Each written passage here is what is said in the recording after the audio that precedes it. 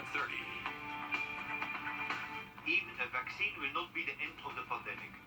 The World Health Organization is talking about controlling coronavirus even before there's a vaccine. We'll explain why. And a live look from Milwaukee as the last night for the Democratic National Convention is set to take place. Tonight, Joe Biden will accept his party's nomination. But first, breaking news out of Columbia in the last half hour. The University of South Carolina will allow fans at home games at Williams-Brice Stadium this season. The school says there will be 20,000 fan limited capacity at the stadium. The big requirements are that fans must wear face masks, physically distance, and tailgating will be discouraged. The Gamecocks are set to open the season at home against Tennessee on September 26th. Over at USC, Aiken, students returning to the classroom today. There are safety measures in place to keep everyone safe, but as we've seen in schools all across the area, positive cases are almost inevitable. Kennedy Harris spoke with a contact tracing team on campus about how they plan to fight potential cases. Today is the first day of classes for USC Aiken students, and with many safety precautions in place, campus definitely looks a little different. The university began working on its return to campus plan in March, right after they had to close their doors. The plan includes safety precautions such as classroom cleanings twice daily, mandatory testing for all student athletes and those living on campus before move-in, and a mask requirement even in classes where social distancing is possible. And there's even a campus COVID coordinator. Here's what she had to say. Hand sanitizer is everywhere. There's a lot of signage. You may have noticed a lot of signs today reminding people to wear masks, reminding people of socially distancing. So just those little reminders so you don't forget going into buildings. I forgot my mask. But if people do forget their mask, every building has a building coordinator, and all you have to do is go to that person and say, I'm sorry, I forgot my mask today, and they'll give them one.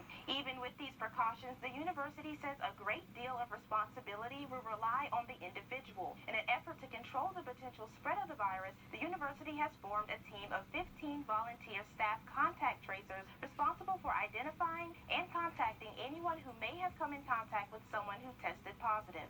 And coming up at 6 o'clock, hear about the training for the contact tracing team and how students are feeling about being back on campus. Reporting in Aiken, Kennedy Harris, on your side. Not a bad day to start back at USC Aiken, Riley, but we have some showers pushing in now. Yeah, it's been nice over Aiken for the majority of the afternoon. We're starting to track a little bit better coverage of storms moving inland along the sea breeze front. The southern CSRA has been seeing the bulk of the heavy thunderstorm activity so far this afternoon. We are starting to track some more showers, though, now moving into southern Richmond County, places near Fort Gordon, Hephzibah. You're starting to see some light rain and just some light to moderate rainfall now popping up inside Bobby Jones. So as all this rain-cooled air to our south continues to advance northward, it's likely going to continue setting off some hit-or-miss showers and storms. Between Millen and Swainsboro, we got a little strong thunderstorm there, maybe producing some gusts between 30 and 40 miles an hour and a few strikes of lightning. But the sea breeze, as it continues inland, likely going to be keeping our rain chances relatively high this evening, even in the portions of the overnight. So we're not expected to be necessarily rain-free after sunset. Some of these could even linger a little bit after midnight tonight. Not expecting widespread severe weather by any means, but just a few isolated stronger storms definitely look possible through this evening into tonight, which is why we are underneath this marginal risk. We'll have more on the forecast for the rest of this evening and your weekend in about 10 minutes. Meanwhile, it is bone dry out west, and California is still working to contain these massive fires all around the state. More than 10,000 bolts of lightning combined with a record heat wave sparking those fires this week. This fire is burning in Santa Cruz and San Mateo counties. It's grown up to 40,000 acres, and people living in their homes are having to get out of the way now. I couldn't stress more the importance of leaving when those orders come out. I really can't. There are people that are unaccounted for, that we are looking to try to determine where they are. And so I stress that because with this fire, you just don't know how things are going to go. They say 2 giant clusters of blazes are burning across 10 counties of California. Firefighting crews working long hours and requesting hundreds of fire engines from out of state to come in and help out. The Democratic National Convention wrapping up tonight with Joe Biden set to accept his... Taking a look at coronavirus numbers in the 2 states, Georgia seeing over 2,800 new cases today and 61 more deaths. Statewide, there have now been more than 246,000 total cases. In South Carolina, nearly 900 new cases There are over 108,000 cases statewide. More than 2,200 people have died in the Palmetto State. Checking the numbers at our local hospitals now. AU Health reporting 166 new positive cases today.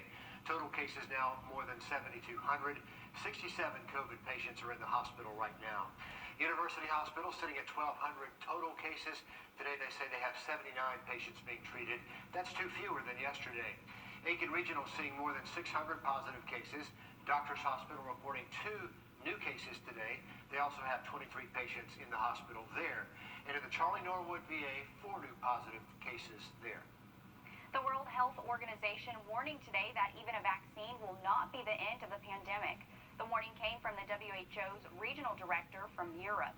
Over 3.3 million cases have been reported there, and fears of a second wave are rising with new infections in Spain and France. The regional director urging people to prepare to live with the virus and not rely on a vaccine to end the threat.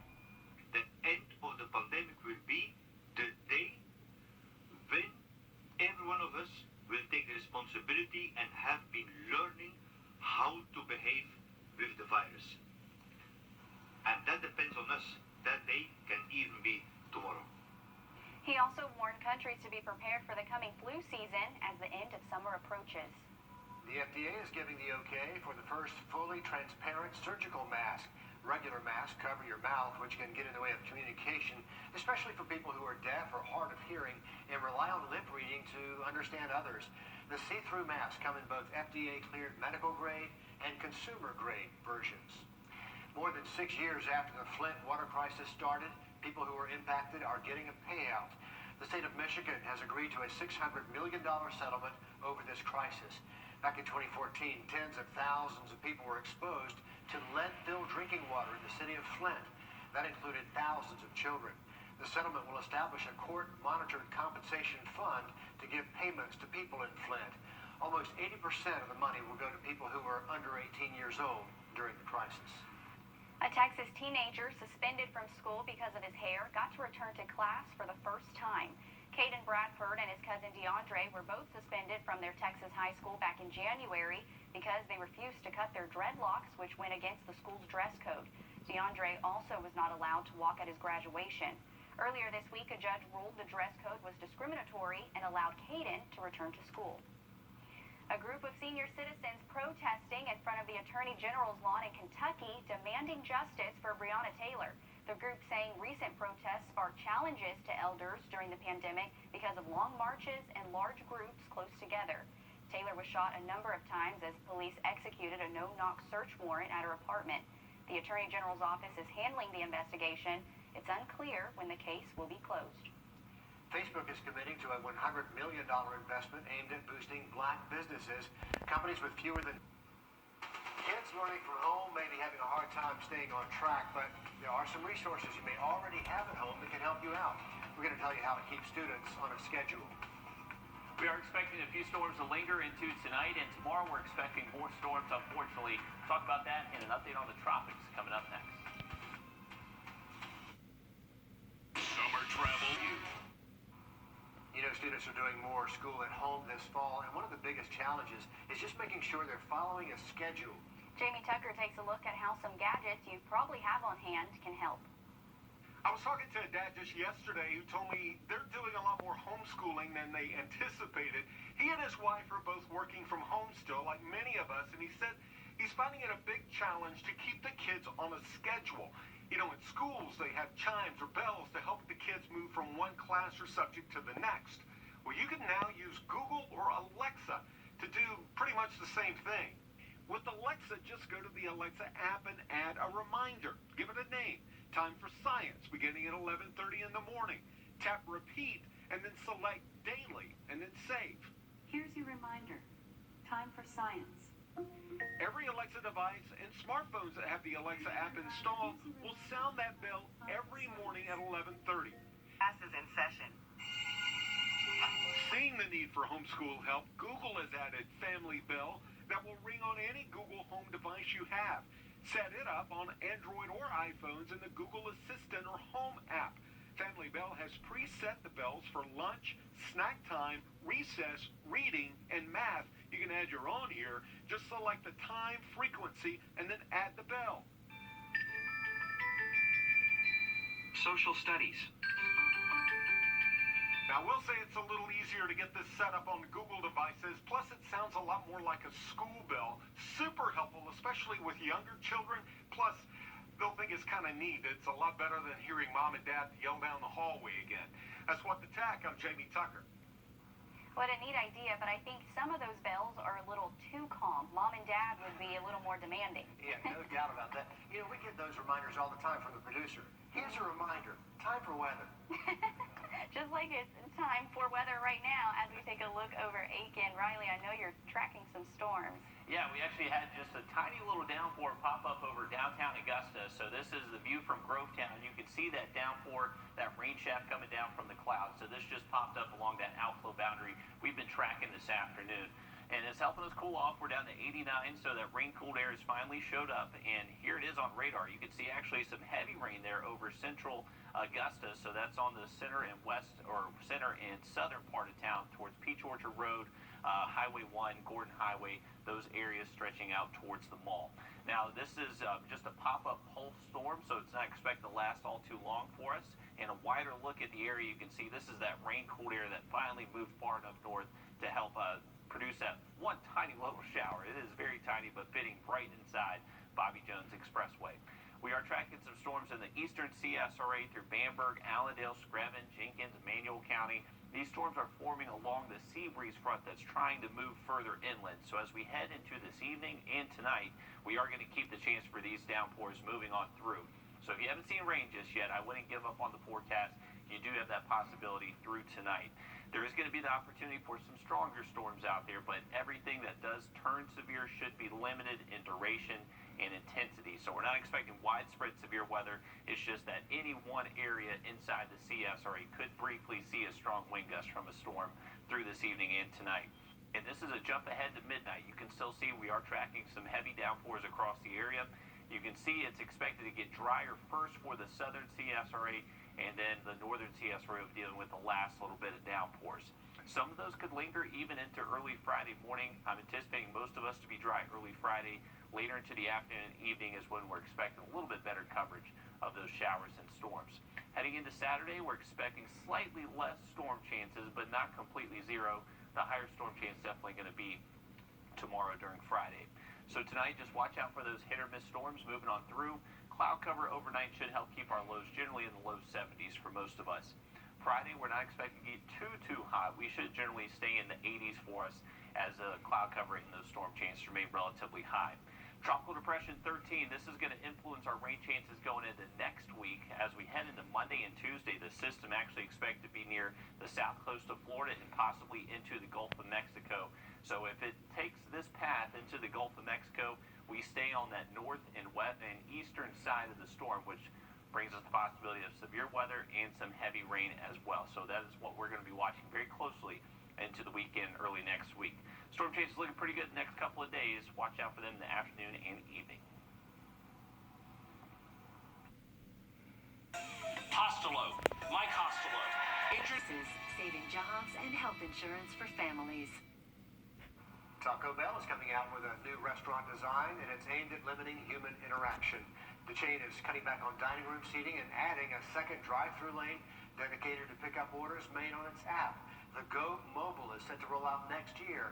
The design and mobile ordering system is in response to how customers have changed the way we order food during this pandemic. Great move to Taco Bell, because I don't like those long lines. Well, if you're like many people, you probably thought the BlackBerry phone was a thing of the past, but it's coming back. The company says they will debut the BlackBerry sometime next year. Look at that, the keyboard and everything. They didn't give a lot of details about the new phone, except it'll run on the Android operating system. It will have 5G connectivity. It'll also have top-of-the-line security. What we don't know is the price. I don't know if we want to know the price, because I'm sure it's probably a lot. Probably a lot, but you know, iPhones have gotten up there too, haven't they? They really have. A British inventor achieving a Guinness World Record for having the fastest electric ice cream van. Yeah, it hit speeds of just over 70 miles per hour. It's taken the inventor, who has set several records before, about 2 years to electrify his van. It originally came with a diesel engine. He scooped the award by getting up to nearly 74 miles per hour. His Guinness World Record will feature in the 2021 edition of the book, which is out next month. How cool is this? I didn't know that ice cream trucks need to go that fast, but hey, we need our ice cream. It's just a challenge for kids these days. I mean, having to keep up with a fast ice cream truck. Hey, mister, I need to check out your cookie ice cream. Here we go. And he's out of there. He's gone 68 miles an hour. That doesn't even seem that fast. I feel like you could definitely produce something that goes over that, but I don't know. We're tracking some heavy rain between Wrightsboro Road and Gordon Highway on the west side of Augusta towards the mall, so if you're over that part, definitely watch out for Pontiac roadways. Taking another look at your 7-day forecast coming up. My grand. Follow News 1226 on Twitter to keep informed with the latest happening near you. Just coming into our newsroom, we're getting news of a drive-by shooting in Aiken. In fact, the Aiken County Sheriff's Office says this one happened on Greenville Street, and one home was shot in the 300 block. Deputies say no one was injured by this drive-by shooting, and now they're looking for the car that's involved. Well, you know, as soon as we learn more. Riley? Richard, we are tracking a little tiny thunderstorm on the west side of Augusta near the mall between Gordon Highway, Wrightsboro Road, all the way up to that I-20 interchange. This is gradually moving towards the west very slowly, so could possibly affect areas like Bel Air, just south of Evans, and towards Grovetown as well. So most of the storm activity has been to our south today, but as this outflow continues to push northward, it's going to continue to set off tiny little storms like this. So any evening plans, definitely watch out for hit or miss storms. That's it for News 12 at 5:30. News 12 at 6 o'clock starts in 3 minutes, and we'll see you then.